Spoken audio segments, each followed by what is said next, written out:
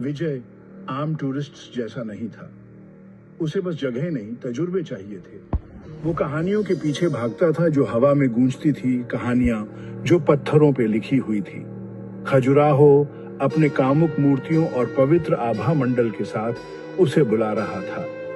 किंवदंतियां उस समय की कहानियां सुनाती थी जब देवता धरती पर चलते थे। उनका जोश इन मंदिरों में अमर हो गया। विजय उस कनेक्शन को महसूस करना चाहता था, उस डिवाइन स्पार्क को छूना चाहता था। वो पूर्णिमा की रात को पहुंचा। हवा आस लगाए हुए थी। चांदी की रोशनी में नहाए हुए मंदिर अपनी ही जिंदगी जी रहे थे। जैसे ही विजय ने दहलीज पार की, उसे अपने अंदर एक बदलाव महसूस हुआ। ऐसा लगा जैसे वो किसी और जगह पे नहीं बल्कि किसी और समय में पहुंच गया हो। हवा में चमेली और चंदन की खुशबू फैली हुई थी। चांदनी ने इंट्रिकेट नक्काशी को और भी निखार दिया था। खूबसूरत अप्सराएं, मिथिकल क्रीचर्स, प्रेमी आपस में गुथे हुए। विजय खंभों और गलियारों के भूल भुलैया में घूमता रहा।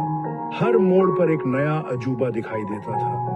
सिर्फ सरसराते पत्तों और पुजारियों के दूर से आते मंत्रोच्चार से ही सन्नाटा टूट रहा था।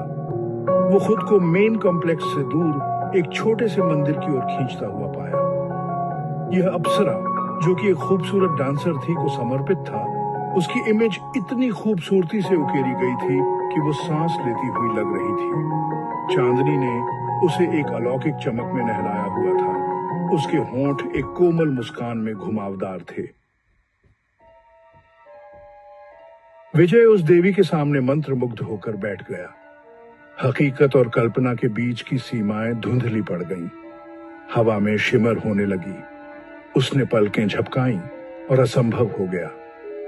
अप्सरा की पथरीली पलकें फड़फड़ा गईं।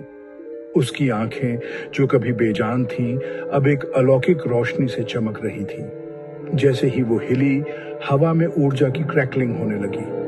उसकी स्कल्प्टेड आकृति पानी की तरह रिप्पल करने लगी और फिर से मांस और खून में ठोस हो गई। विजय ने ब्रेथ टेकिंग होकर देखा, जैसे ही वह दिव्य नर्तकी अपने पत्थर की जेल से निकलकर मनुष्यों की दुनिया में चली गई।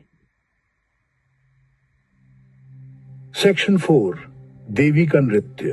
अप्सरा एक ऐसी अदा के साथ हिली जो ग्रेविटी को चुनौती दे रही थी। उसके नंगे पैर मुश्किल से जमीन को छू रहे थे। उसका नृत्य शब्दों से भी पुरानी एक भाषा थी। हर जेस्चर के साथ, हर नजर के साथ एक कहानी बुनती जा रही थी। यह सृजन और विनाश का, प्रेम और वियोग का, स्वयं जीवन का नृत्य था। विजय उसके नृत्य के चक्रवात में फंस गया था। उसका दिल तेजी से धड़क रहा था। वह भूल गया कि वह कौन है, कहां है। सिर्फ अप्सरा ही मौजूद थी।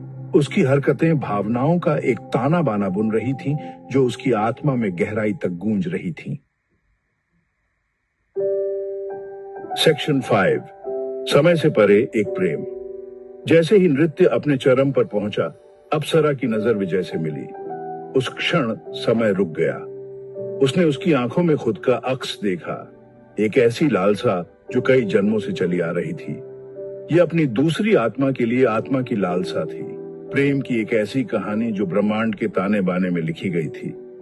वह तब समझ गया था कि उसका नृत्य सिर्फ एक प्रदर्शन नहीं था, बल्कि प्रेम का एक कार्य था। नश्वर और दिव्य के बीच की खाई को पाटने का एक बेताब प्रयास था। यह पत्थर पर उकेरा गया एक प्रेम पत्र था, सदियों से फुसफुसाया गया एक संदेश था, और वह विजय इसका प्राप्तकर्ता था।